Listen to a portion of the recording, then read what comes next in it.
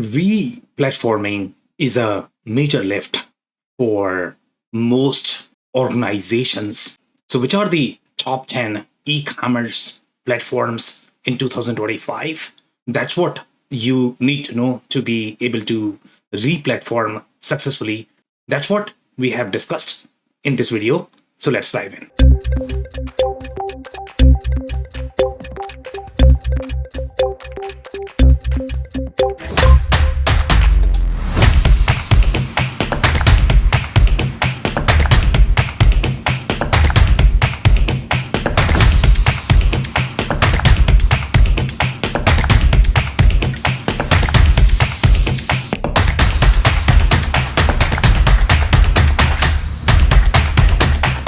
Hello, everyone. My name is Sam Gupta. I'm principal at Elevate IQ.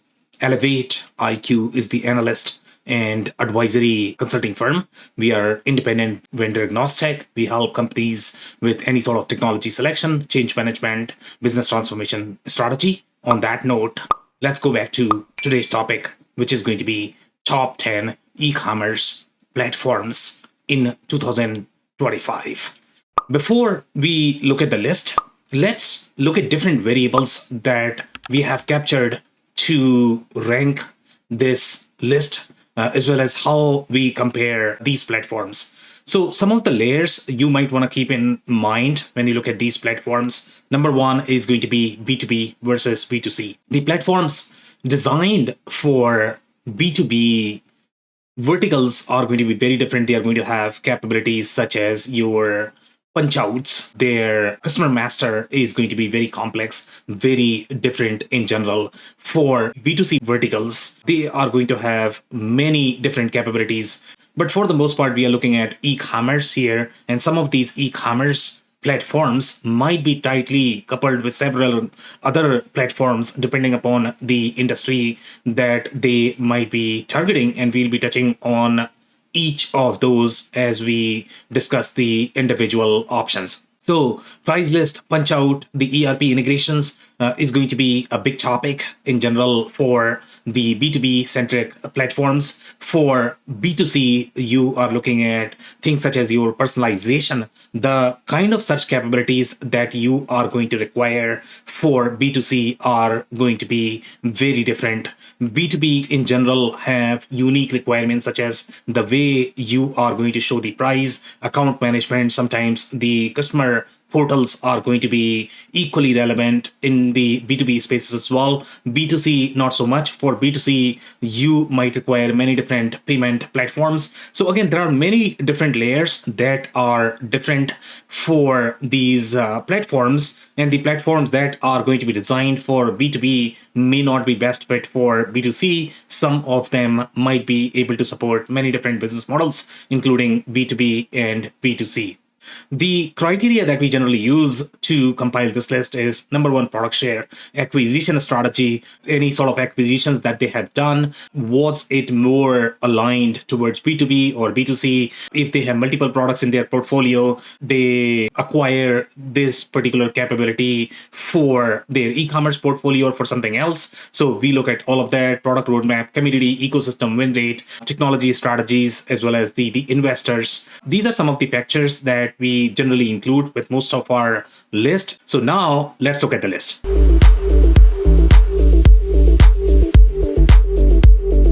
Number 10 on our list is WooCommerce WordPress. And generally, when you are going to find WooCommerce WordPress, in general, these brands are going to be very hobbyist. They are not necessarily professional brands. There might be cases where WooCommerce may be running for very large brands as well. But for the most part, if you look at the product design, the capabilities, WooCommerce is very limited in general. You are going to require many plugins, and sometimes because of the conflicts, you are going to run into so many different problems. In general, the reason why companies go for WooCommerce is because they don't appreciate the transactional pricing that Shopify or BigCommerce are going to have. And generally, they are trying to save some money. That's why they prefer WooCommerce. They are going to use terms such as your open source. So yes, you have that open source aspect, with WooCommerce, but at the same time, you are going to be managing your own infrastructure. Sometimes that is favored by IT just because they like control. And with this, you are going to have control, but you may have several other problems. So some of these trends that you're looking at from the WooCommerce perspective is number one, price, number two, open source, and number three, the whole content management aspect may be stronger. And the majority of the content centric sites, they generally use WordPress a lot just because it's a very strong CMS. It may not have as deep capabilities for commerce just because the kind of user architecture or the user security architecture that you have for WordPress or WooCommerce, that is not necessarily aligned with the commerce needs. That's why WooCommerce may not be as best fit for the commerce-centric scenarios. But let's say if you are going to be a business that is very heavy on content, but maybe commerce is just very side business for you. Maybe you have some sort of courses, digital courses, you are simply publishing those. Sometimes in those cases, WooCommerce might make sense. But other than that, if you're running a serious business, then WooCommerce might not be the best e-commerce platform. Now, the limitations that you're looking at from the WooCommerce perspective is, number one, it's probably going to be clunky. The whole user and permission management aspect that I just mentioned, that is going to be a problem as well. And plugin conflict is another problem. Data model is not necessarily aligned to the commerce capabilities. So that would be number 10.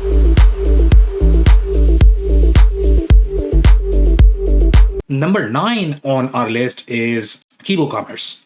And Hebo Commerce is a new entrant, and it takes very interesting approach for commerce. Number one, they have integrated the OMS plus some of the omni-channel use cases, and they position themselves as more of the newer platform, which is going to be slightly more microservices based, but there could be debate around which one is headless, which one is Mac, as well as which is going to have the microservices capabilities. But for the most part, if you look at their marketing material, they are going to claim that they have the microservices capabilities. So you might want to do a little bit of research in that, whether the capabilities that you are looking for are going to be aligned with what they are offering. For the most part, they are, from our perspective at least, what they are able to offer is they are able to offer the middle of the ground approach, which is going to be that you are getting some sort of headless capabilities, but at the same time, you are not going to be investing as much in integration as you would when you are going to explore platforms such as your commerce tools, etc. So that could be one benefit. But in general, the kind of integrations or the suite that Hebo is going to have is still very limited. So the only thing they are doing is e-commerce plus OMS, even though that integration itself would be great. But then when you are going to look for other capabilities, for example, let's say if you are going to compare Hebo Commerce with other supply chain or retail sort of suites, which is going to be your Blue Yonder, Manhattan, they are also going to include your TMS, WMS, and generally you have very tight alignment with all of those capabilities as well. But in this case, you are going to get some integrated capabilities, but not everything. So some of the strengths to keep in mind when you review Hebo Commerce is the enterprise scalability. It is proven with very large logos. So that's going to be one of the strengths. And then you are also going to have the integrated OMS as well as e-commerce. So these two are embedded together as part of one suite. So at least you may not have to worry about the integration of these two pieces. But let's say if you're simply utilizing OMS from Hebo, but then e-commerce, maybe you are utilizing Shopify, then it may not be the best fit because you might not get the best of the both world, which is going to be the whole omnichannel integration of OMS plus e-commerce, which is what Hebo is offering. So as long as you can live with these three components from Hebo, then Hebo may be a great fit, but it might not be the best fit when you are sort of picking and choosing the components that Hebo is already providing. The other strength that Hebo has is the whole subscription commerce capabilities. And that itself is a big topic. In general, supporting those capabilities in any platform is going to be a heavier lift if that is not going to be supported natively. So Hebo is very well proven, at least for those use cases. So that's going to be a huge strength for them. Now, the limitations that you need to keep in mind are going to be, the whole commerce solution is limited. Their ecosystem is going to be very limited as well compared to other leading vendors, Salesforce, Shopify, BigCommerce. They are going to have a lot more options from the MarTech perspective, shipping, payment sort of options. They are going to have far more. So those options may not be as available with Hebo, even though Hebo is very well adopted. They have a lot of different players in their ecosystem as well. The consulting base is going to be limited as well, even though they have several partners that they have signed. They work through a lot of different partners. They have their own professional services as well. But at the same time, it's not going to be as prevalent as some of the other leading vendors. The cost may be higher as well because it's a very enterprise solution. So if you are going to be in the SMB space, you might feel that is very expensive. So again, if you are going to be in that upper mid-market enterprise, then Hebo would make sense. For SMB customers, it might be slightly heavier lift, at least from the pricing perspective. So that's number 9.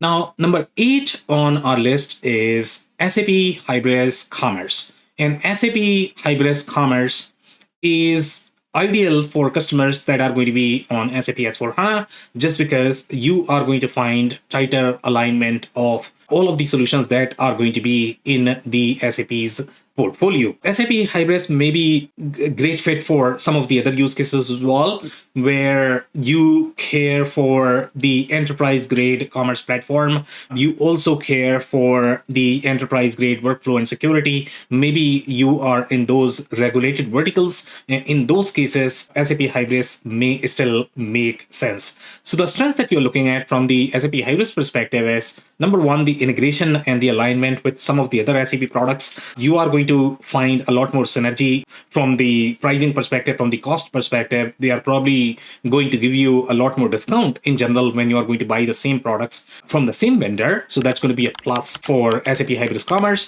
The other pluses that you're looking at, overall, greater control on the infrastructure, just because it is a very enterprise grade platform and it has a lot more control built as part of the platform itself. So it's not going to be a simple app positioned for SMB verticals. In this particular case, you have a lot more flexibility, the kind of flexibility that enterprise sites are going to need. So you have that as a plus. The other advantage that you have with SAP Hybrid Commerce is the deployment flexibility. So that is going to be based on wherever you want to deploy. So that's going to be a huge plus with SAP Hybrid Commerce as well. Some of the limitations to keep in mind with SAP Hybrid Commerce is they might not be as deep with their headless capabilities. Some of the newer vendors, if you look at their offerings, they are going to be written in the modern technologies, modern tech stack. SAP Hybrid Commerce, even though they have re-architected at least their front-facing platform, but the backend might still be on legacy technologies. Sometimes developers don't appreciate that. So that's going to be a limitation. The interface is not going to be as easy to use as some of the, or it might not be as appealing as some of the other solutions that we have on the list. Again, that's a very legacy platform. They have re-architected a lot of the components, but still very legacy. And that's what some of the newer developers or the teams that care for slightly more modern platforms, they might not appreciate that. And obviously the legacy technology is probably going to be the third weakness that they have. So that's number 8.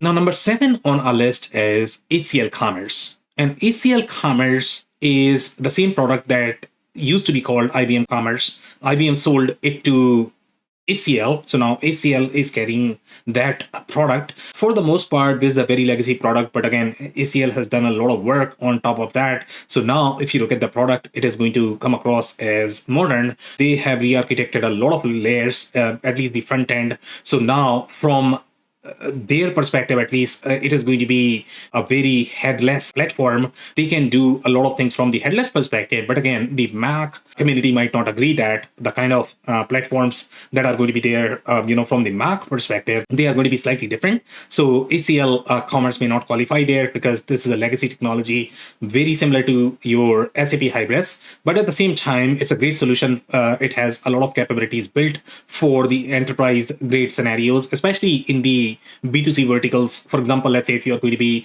in automotive verticals, That's where it is adopted very well. There are many other verticals where it's proven very well, but for the most part, it is going to be heavily concentrated towards those B2C centric verticals. It may not have as deep B2B capabilities. So some of these trends to keep in mind when it comes to HCL Commerce is headless content, workflow, and management. And then you are also going to have React-based storefront, just like SAP Hybrid. This one might be slightly more developed based on the capabilities that they have developed after acquiring. And then it is going to be enterprise scale ready. They also have the whole DEM component, which is accessible through your API layer. So that's a huge plus. So those are some of these trends. Now, in terms of the weaknesses, you are looking at the legacy programming language as well as architecture. And then you are going to have limited B2B capabilities as well as CDP capabilities might be limited as well. But there are going to be many different options, external options that you will be able to find, again, depending upon what you are looking for. So those are some of the weaknesses. And that is number 7.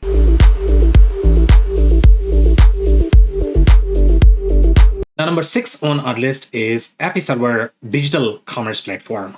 And now I believe they are called Optimizely. So for the most part, you are going to find Optimizely in very B2B industrial centric verticals. The kind of integrations that they are going to support, for the most part, they are integrated with the majority of the industrial B2B distribution centric ERP systems. Now, if you have to build these integrations, that could be a heavier lift. So a lot of systems, for example, let's say if you compare this with HCL Commerce, HCL Commerce is probably not going to have those integrations and you have to develop this yourself. That could be a very heavy lift. And that's where API Server Optimizely is going to be a great fit. Optimizely also takes a very unique approach with their platform. And that is going to be that they have the whole personalization layer built, and that's what Optimizely was known for. API Server was the commerce package, and they got together, then they rebranded it as Optimizely. So you still have those capabilities when you are going to be in that A/B or multivariate testing.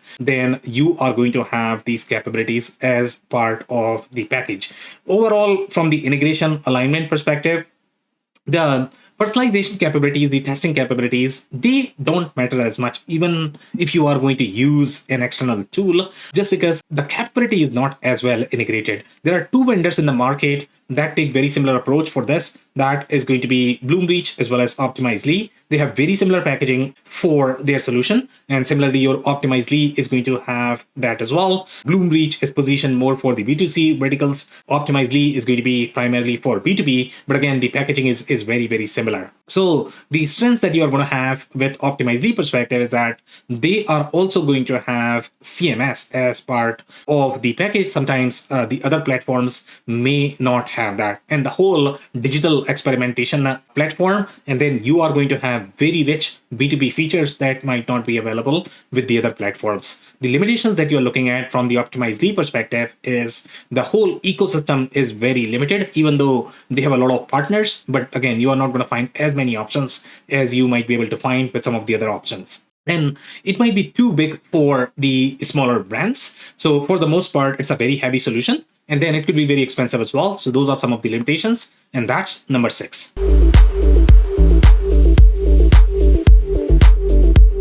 Now, number 5 on our list is Commerce Tools.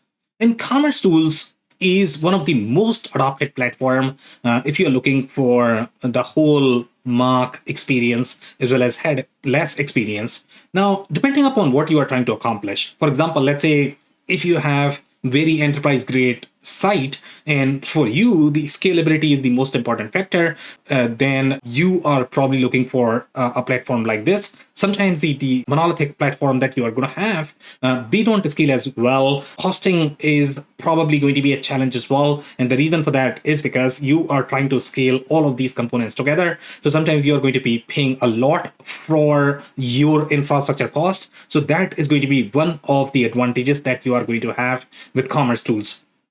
The other advantages that you have is the whole best of breed aspect.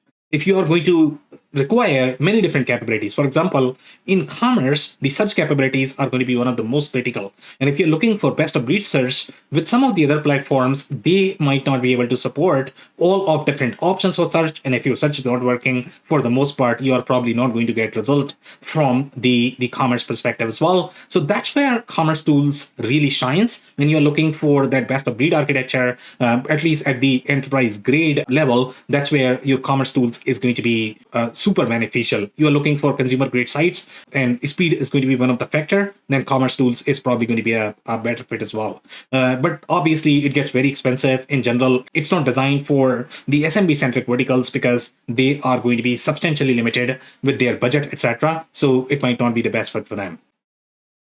Now, some of these trends to keep in mind for commerce tools is, number one, they are true Mark platform. If you are for Mark, then commerce tools is probably going to be a leading choice for you. B2C friendly. They are far more adopted in the B2C verticals. They have launched some of the B2B capabilities as well, but for the most part, their major penetration is still going to be in those B2C centric vertical. And then the other benefits that you have is it is going to be enterprise scale. So those are some of these trends. Now, the weaknesses that you have is the whole limited head capabilities. So even though it is a very headless platform, some companies do care for at least some level of head capabilities. So their development cost is not going to be as high. If you care for that, then the head may be limited. But again, there are going to be many different options in their ecosystem that you should be able to utilize. So it's really not a major concern, but something to keep in mind if you care for that. The bundle offering that you might be able to find with some of the other solutions, it might not be as much, even though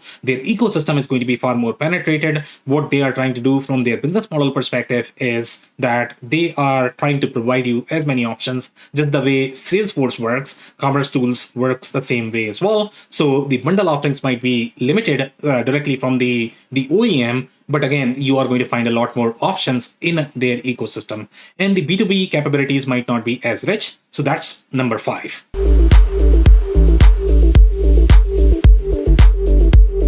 Number 4 on our list is Salesforce Commerce. And Salesforce Commerce is one of the most penetrated platform, at least from the enterprise perspective.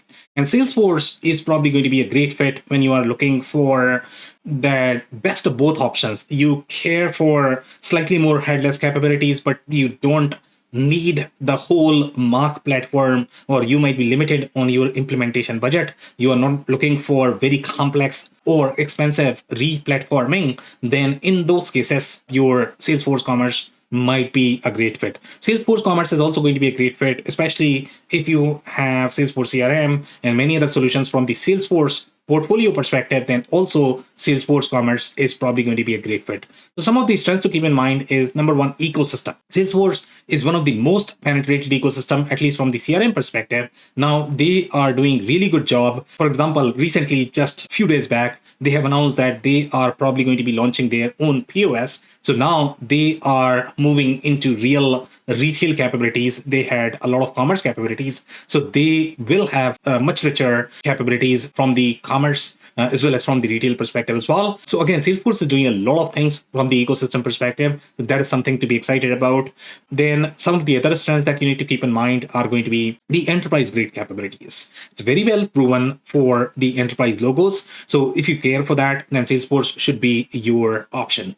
And then you are also going to have the robust merchandising as well as product recommendation capabilities. Some of the smaller platforms may not have that built natively. It might not be part of the same package, and sometimes you might not get that experience as seamless as you would like, but Salesforce is going to have that.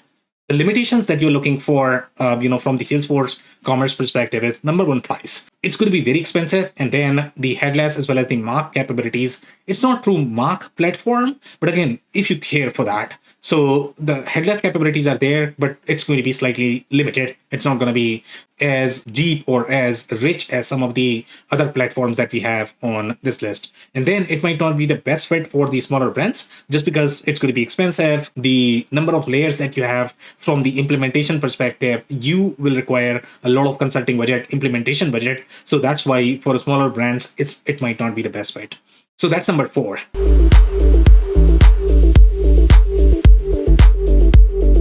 Number 3 on our list is Adobe Commerce or Magento. Now, Adobe Commerce is very well adopted among those enterprise as well as the mid-market logos as well. One of the advantages that you have with the Adobe Commerce is that they have both B2B and B2C capabilities. They are fairly baked with the platform as well. And then it is going to be aligned with other tools that Adobe is going to have in their portfolio. For example, Marketo is going to be one of the platforms. So if you use Marketo for your marketing automation, etc., then both of these products together are probably going to have far more synergy in general. Now, the strengths you need to keep in mind is you have very enterprise grade functionality. You can tailor the experience as you like, just because the backend that you have, it's a very enterprise grade platform. But at the same time, when you look at that, then you are looking at very expensive development. Sometimes the marketers don't like that because they have to go to development team all that time. So that's going to be a con. But overall, if you're looking for very scalable platform, then this could be a great fit. Some users argue that the whole ACO capabilities might not be as great because, again, it's a very legacy technology. It might be slightly slower compared to the modern platforms that might be re-architected for the newer web experience. So some people argue that SEO may not be the best on Adobe Commerce or Magento. So that is something to keep in mind. If that is going to be a priority for you, you might need to do a little bit more research. They also have the open source option, but again, the open source option is going to be limited. It does not have all of the capabilities that you are going to find with the enterprise version, but they have that. If you care for that, that's probably going to be a strength for you. And it's proven for large scale consumer focused website. They have a lot of logos where, especially in this particular segment, they are very well proven. So that's going to be a plus for them. Some of the limitations to keep in mind is the inflexibility of the platform. It's not going to be as modern. It's going to feel very rigid when you are going to use that, when you are going to implement, develop, etc. Developers don't like that. So that's going to be a limitation. Now, other limitations are going to be for business users. There might be a little friction because they are not able to change things as they would like. And there's going to be substantial delay overall when they are going to do any sort of feature request. And then that's going to go to your dev team, IT team, etc. So they don't appreciate that. So that's going to be a second limitation. It might be challenging for smaller brands. Again, it's a very large platform. So unless you are looking at very mid-market or the enterprise-centric workloads, that's where it's probably going to be a great fit. Otherwise, you are looking at BigCommerce or Shopify. They are probably better option for you. So that's number 3.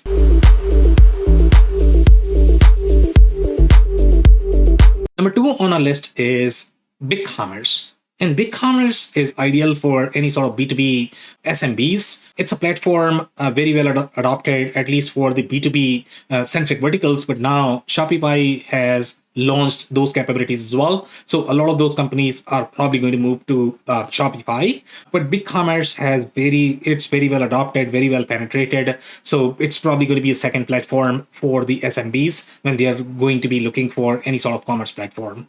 Some of these trends to keep in mind from the BigCommerce perspective is it has deep capabilities for B2B use cases. It's very user-friendly. It's very comparable to Shopify overall from the platform perspective, from the capabilities perspective, as well as the pricing options are going to be slightly friendlier for the SMBs. It does not have as rigid transactional pricing the way Shopify is going to have. Sometimes people sort of appreciate that. So that's going to be another strength that you need to keep in mind. Weaknesses that you're looking at, it does not have all of those enterprise grade features that you're going to find with, let's say, Magento or Salesforce or Optimizely. BigCommerce does not have all of those. Not tailored for B2C centric experiences. So B2C verticals require very specific experiences. If you care for that, or if you are in that space, then you probably should be looking for something else. And then the whole GMV based pricing that you have, that might be slightly less appealing for the customers that might be price sensitive. They are looking for a platform that might charge based on user licenses. So sometimes that could be a con for BigCommerce as well. And that's number 2.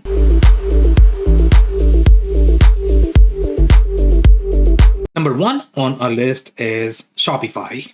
And Shopify is generally the number 1 platform in general for SMBs. And now they have a lot of enterprise logos as well. Some of these trends to keep in mind from the Shopify perspective is it's simple for B2C brands. it's easiest to use, the kind of ecosystem you are going to have, the kind of integrations that are going to be supported. You are looking for minimal consulting cost, and that's what most companies appreciate. For the most part, the majority of the capabilities might be handled by the marketers, and just because of that speed, marketers generally appreciate Shopify. Now, other strengths that you need to keep in mind is omnichannel commerce does provide a lot of capabilities as part of its package, but then it's also going to have several different options. The majority of the options that you would need from the commerce perspective, they are probably going to be part of their ecosystem. They might not be as well integrated with other platforms. Shopify is generally the number one platform for most of the cutting edge technologies to be integrated with Shopify, and Shopify is committed in enabling that as well. So that's a huge plus for Shopify. The ecosystem is extremely vibrant as well. So those are some of the strengths. The weaknesses that you're looking for from the Shopify perspective is the B2B capabilities, even though they are there, but again, they are not as developed as what you are going to find with the likes of your Optimizely. For example, let's say if you're looking for all of those complex ERP integrations, etc., that's where you will not have those capabilities here with Shopify, even though it's a great platform. The transaction fee is generally one of the biggest concern for the users who might be price sensitive. So that's going to be another weakness. And then enterprise grade features. It might not have all of those features that you are going to find with the enterprise platforms. So it's a great platform for SMB. It might be proven with a lot of different large logos as well. But again, they don't have as developed enterprise features as you are going to find with the enterprise grade platforms. And that's going to be your Salesforce, Adobe Commerce, SAP Hybrid, etc. So that's number one. Now, if you enjoyed this video, we are going to include an article that is going to have much deeper analysis as well as a report if you would like to download that. We publish these videos on a weekly basis. So you might want to hit subscribe button on the YouTube channel. This podcast is also available in the audio format on the platform of your choice. So check there, and you might want to subscribe there as well. And then if you have not checked our digital transformation report, we compile this research as well as the major list for each of the year as well as the quadrants. They are all available as part of the digital transformation report. So you might want to download that. On that note, thank you so much for tuning in. I'll see you in the next one.